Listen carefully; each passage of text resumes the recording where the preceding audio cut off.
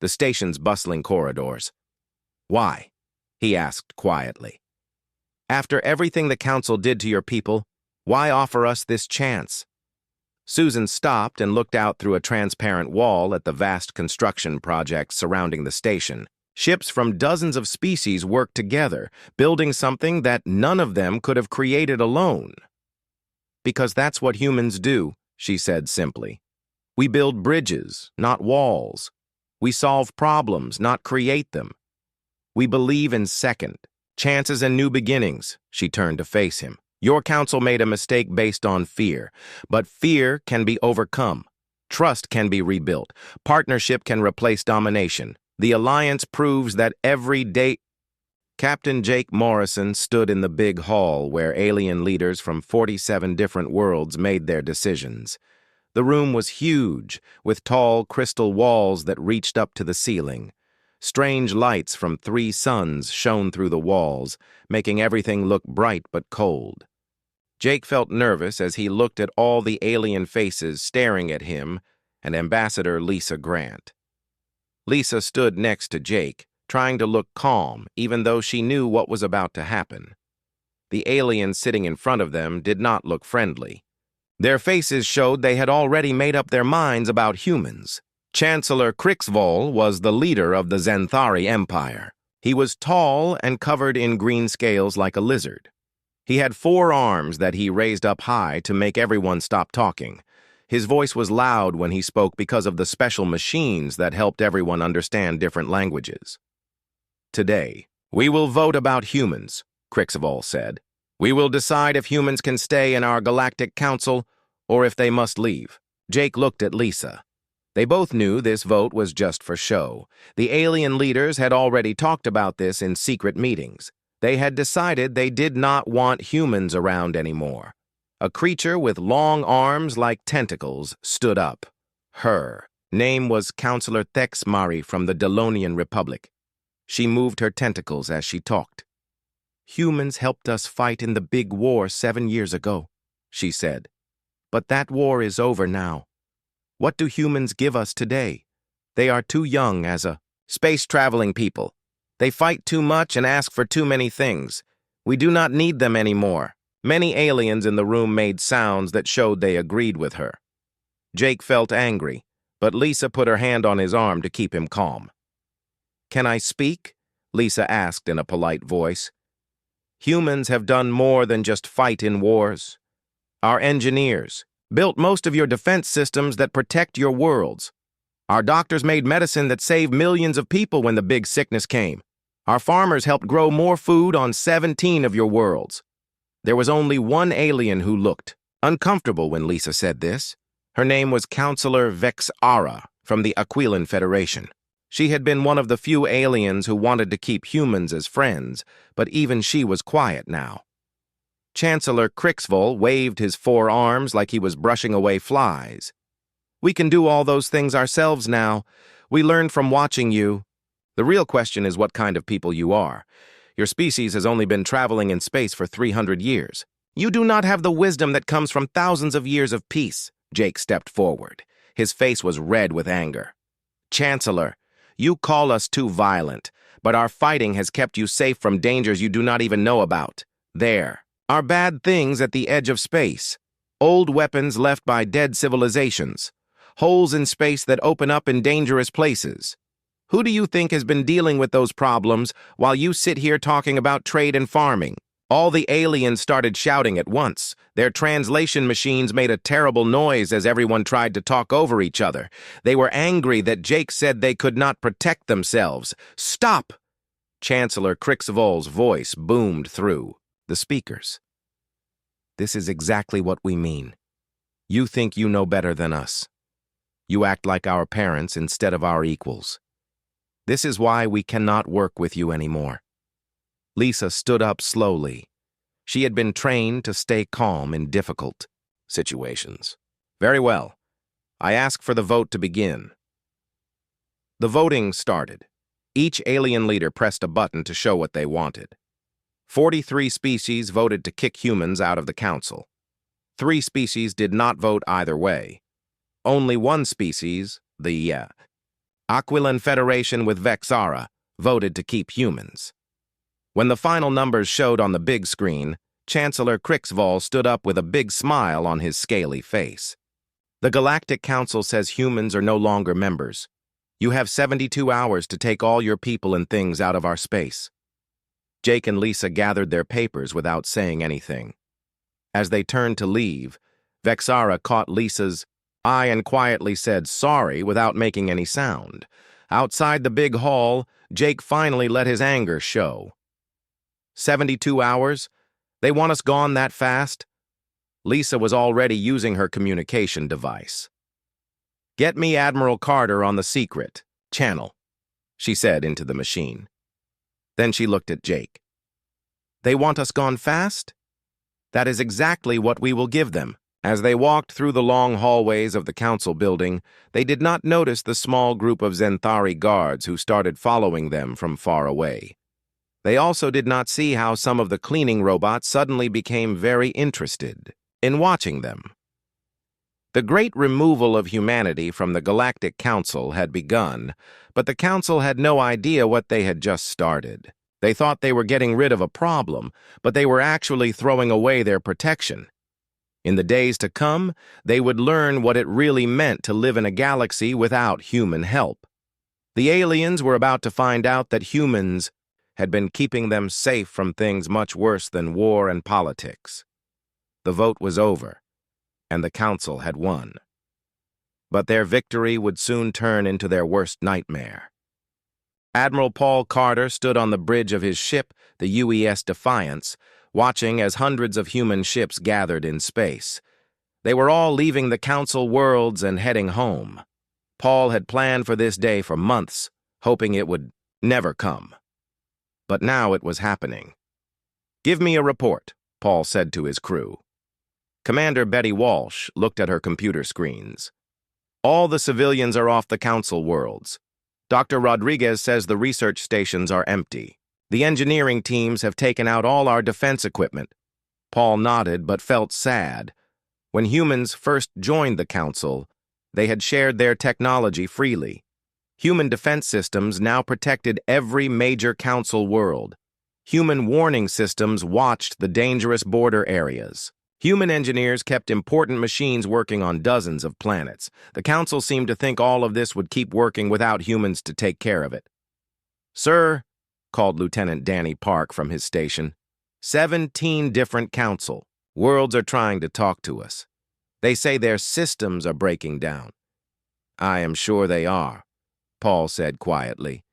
"Connect me to all human ship captains."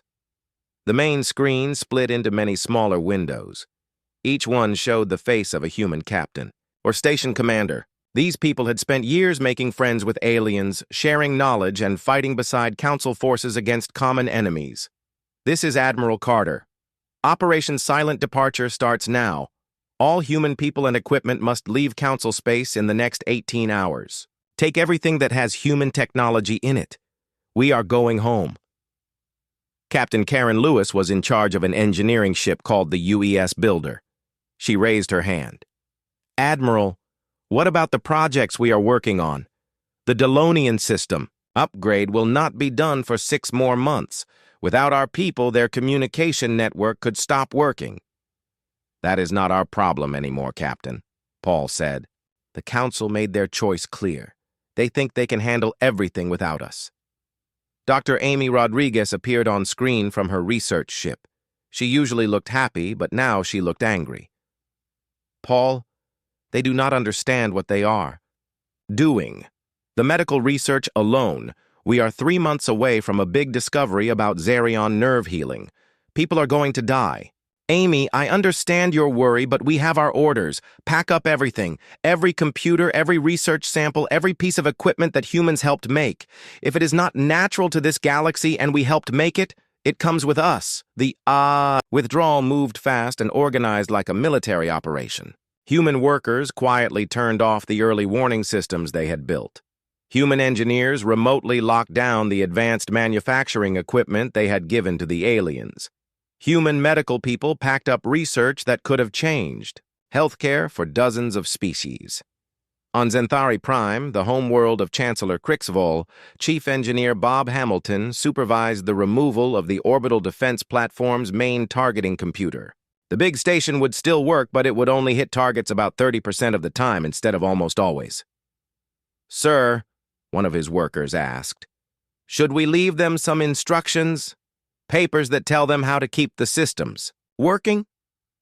Bob stopped his work. He had spent 3 years on this station, working with Zenthari engineers who had become his friends. "The council voted us out, son. They made it clear they do not want our help anymore. We will do what they asked." The same thing happened all over council space. On Delonian worlds, human farming experts quietly removed the genetic templates that had made crops grow much better. On Aquilan stations, human military advisors erased the strategic databases that had helped coordinate responses to pirate attacks and border fights.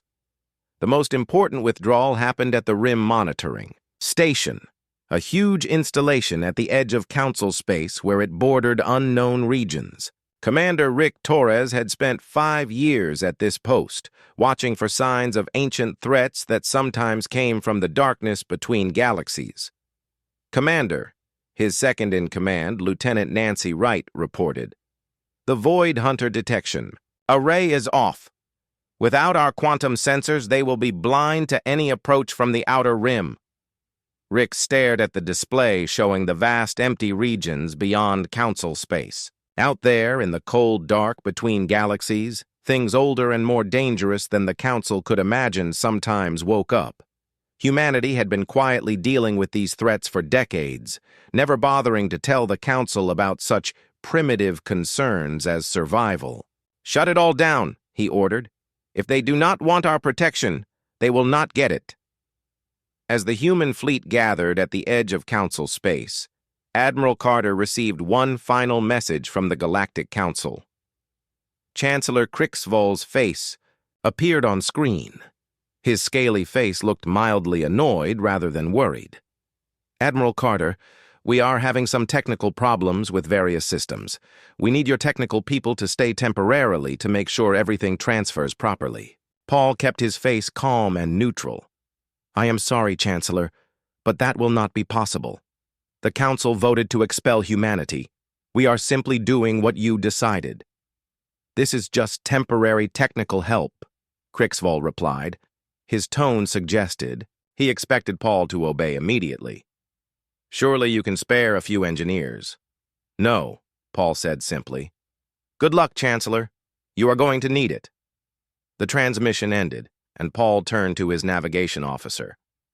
"Take us home, Commander. Walsh, we are done here."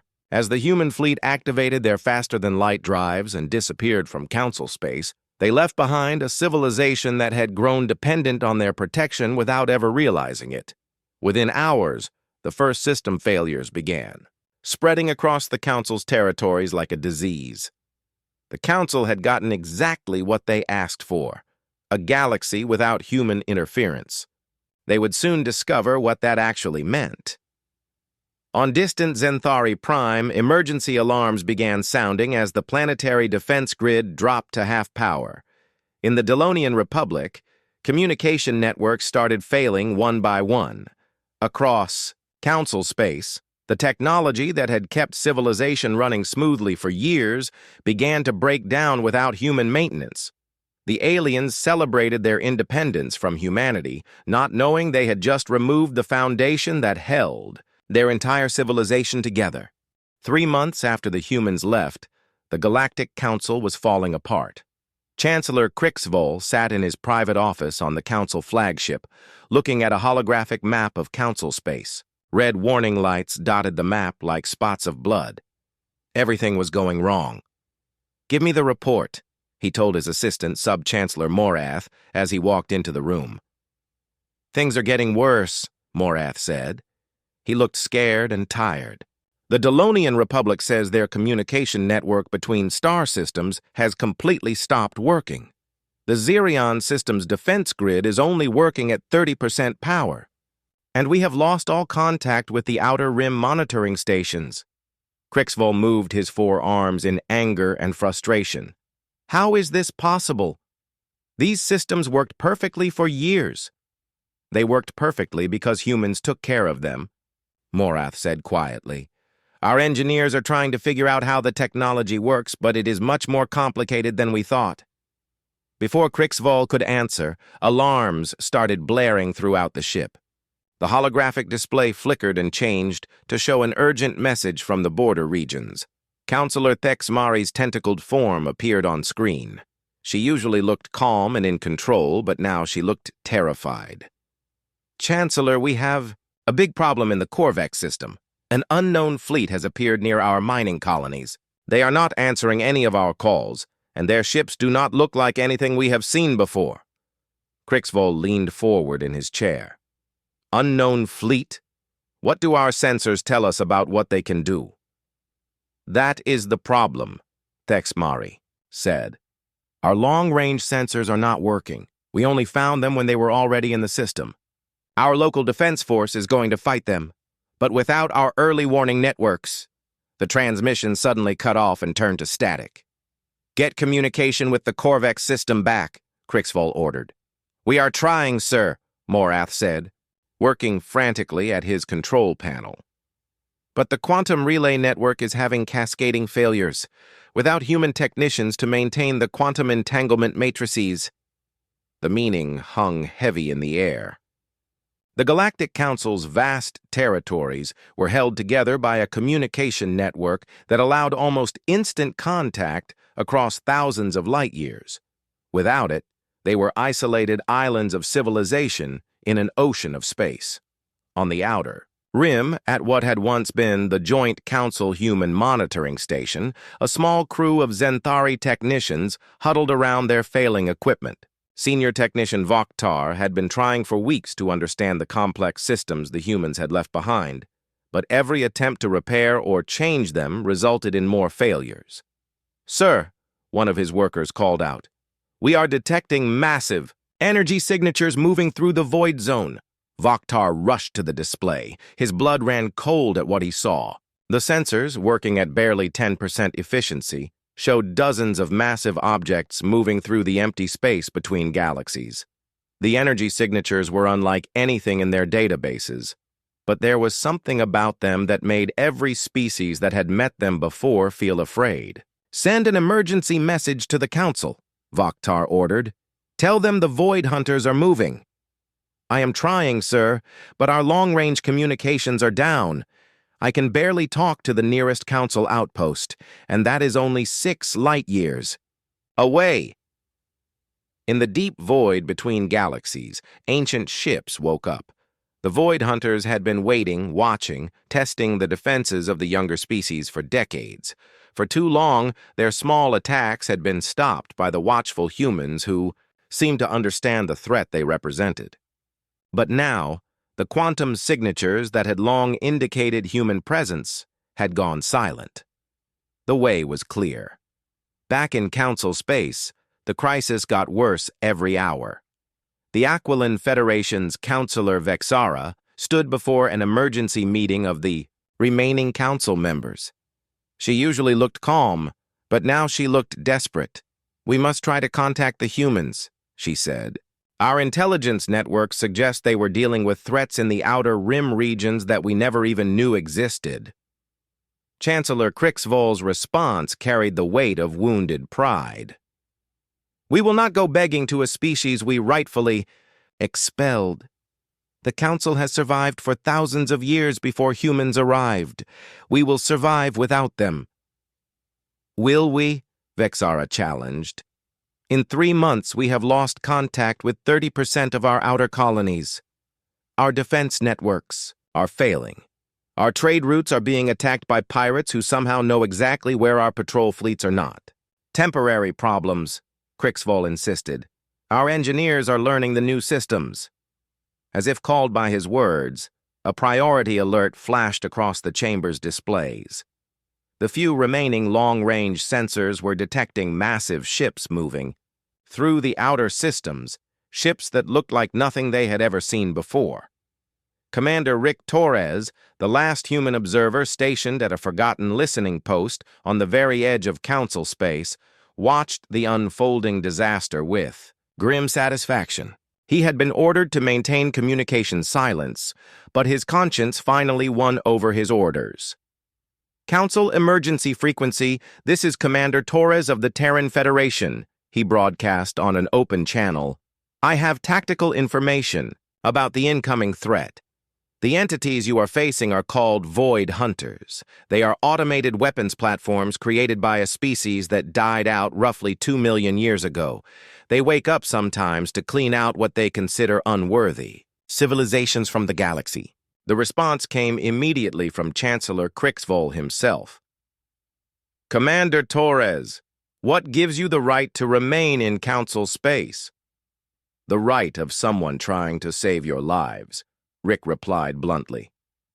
The Void Hunters test civilizations by sending small probe forces. If those probes meet effective resistance, they retreat and wait. If they meet weak or divided resistance, they call in the full swarm. And you know this how? Because humanity has been fighting them off for the better part of 50 years, Rick said.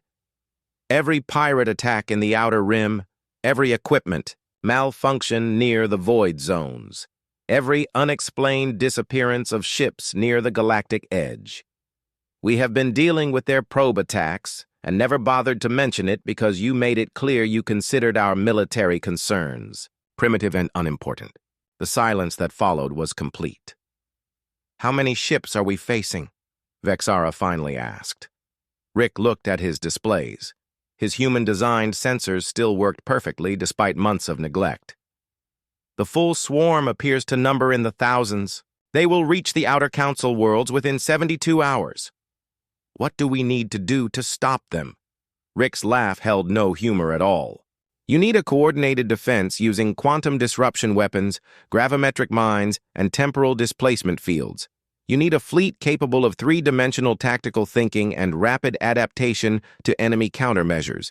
You need the kind of military technology and strategic doctrine that your council just voted to expel from the galaxy.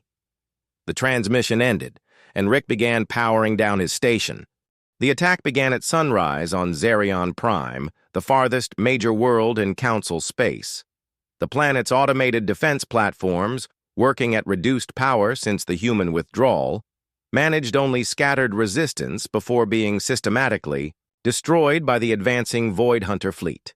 Chancellor Crixvol watched the tactical display in the Council's Emergency Command Center. His forearms shook with a mixture of rage and growing fear. The attackers moved with mechanical precision. Their black ships absorbed weapon fire that should have destroyed them while responding with energy beams that cut through Council shields, like they were made of paper. How many ships have we lost? He asked General Toxran, the Council's senior military commander. 17 battleships, 43 cruisers, and over 100 smaller vessels, Toxran replied. His hard shell-like features showed strain and worry. They are not just destroying our ships, Chancellor. They are studying them. Each fight teaches them about our abilities while showing us nothing about their own. Counselor Vexara rushed into the command center. Her aquatic features were flushed with effort from running. Chancellor, I have been trying to contact the Terran Federation. Their embassy ships have all withdrawn to human space, but I managed to reach their border monitoring station. What did they say? Crixvol asked, though his tone suggested he already knew the answer would not be good. They expressed their sympathy for our situation and wished us luck in solving it ourselves, Vexara replied bitterly. The transmission was polite, formal, and completely unhelpful. On the tactical display, another cluster of red dots vanished as the Delonian defense fleet was systematically eliminated.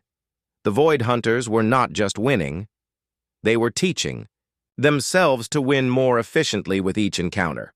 Sir, called out Communications Officer Hexali, we are receiving a transmission from the human commander we spoke with earlier. Commander Torres. Put him through, Crixvol ordered. Rick. Torres appeared on the main screen. His image was slightly distorted by the makeshift communication link. Behind him, the control room of his monitoring station showed signs of hasty evacuation. Chancellor, I am uploading everything we know about Void Hunter tactics and technology. to your military networks, Rick said without any pleasantries. It will not be enough to stop them, but it might help your people understand what they are facing.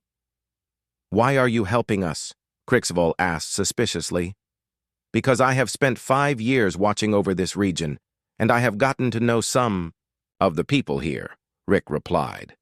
Just because your government made a stupid decision does not mean millions of innocent beings deserve to die for it. Data began flowing across the command center's displays as Rick's upload completed. The information was shocking. Decades of encounters with Void Hunter probes, detailed analyses of their technology, tactical assessments of their capabilities, and strategic evaluations of their objectives. General Toxron studied the incoming data with growing horror. Chancellor, according to this information, the Void Hunters are not just raiders or conquerors. They are performing what they call evolutionary pressure testing. They deliberately target civilizations to see if they are worthy of continued existence. And if we fail their test? Vexara asked, though she clearly dreaded the answer. Complete. Sterilization, Rick answered from the screen. They have done it before. The archaeological evidence suggests they have wiped out at least 6 major galactic civilizations over the past 2 million years. The command center fell silent except for the steady stream of damage reports coming in from the outer worlds. 3 more council systems had gone dark, their defense fleets overwhelmed, and their populations facing extinction. What do they consider worthy? Krixvoll asked quietly. Unity of purpose, technological innovation, and the ability to think beyond. Conventional tactics, Rick replied. Everything your council specifically rejected when you expelled humanity. Counselor Thexmari's image appeared on a side screen. Her tentacled form showed obvious signs of stress and fear. Chancellor, the Delonian Republic formally requests emergency military assistance. Our home fleet has been reduced to 12 ships. At current loss rates, we have perhaps 6 hours before our home world is defenseless. What military assistance can we provide? Krixvoll snapped. Our combined fleets are being destroyed faster than we can deploy them. There might be one option, Vexara said slowly. The Aquilan Federation maintains some unofficial contacts with human military personnel, not diplomatic contacts, she added quickly, seeing Krixvoll's expression. Intelligence sharing about mutual threats. Contact them, Krixvoll ordered. Ask for their help. Vexara worked at her console for several minutes before shaking her head. I am getting automated responses only. The Terran Federation regrets that it cannot provide military assistance to non-allied civilizations. Please contact your local government for support. Non-allied civilizations? General Toxran repeated. They are treating us like strangers. That is exactly what we are now, Rick pointed out from his screen. You voted us out, remember? You made it very clear that you did not want human involvement in your affairs. Another alarm sounded as 2 more Council worlds reported Void Hunter arrivals. The mechanical precision of the attack was becoming clear. They were systematically working their way through the outer defenses, learning and adapting as they advanced toward the core Council worlds. Commander Torres, Krixvoll said, his pride finally cracking under the weight of approaching disaster. What would it take for humanity to reconsider their position? Rick's expression did not change. That is not my decision to make, Chancellor. I am just a military observer. Those kinds of negotiations would have to go through proper diplomatic channels. Our diplomatic channels are being destroyed along with everything else, Vexara said desperately. By the time we could arrange formal negotiations, there might not be a council left to negotiate for. Then I guess you had better figure out how to handle this yourselves, Rick replied, like you said you wanted to. The transmission ended, leaving the council leadership alone with their tactical displays showing the methodical destruction of their civilization. The Void Hunters had identified their weakness, a fractured alliance dependent on technology they did not understand. wielded by species who had grown comfortable in their assumed superiority. In the growing silence of the command center, Chancellor Krixaval finally understood how big their mistake had been. Humanity had not been a burden to be cast off, or a primitive species to be dismissed. They had been the immune system of galactic civilization, quietly dealing with threats that the Council had been too arrogant to acknowledge. Now, with that immune system gone, the galaxy's ancient predators had returned to finish what they had started millions of years before, and the Council was about to discover just how alone they really were in the dark.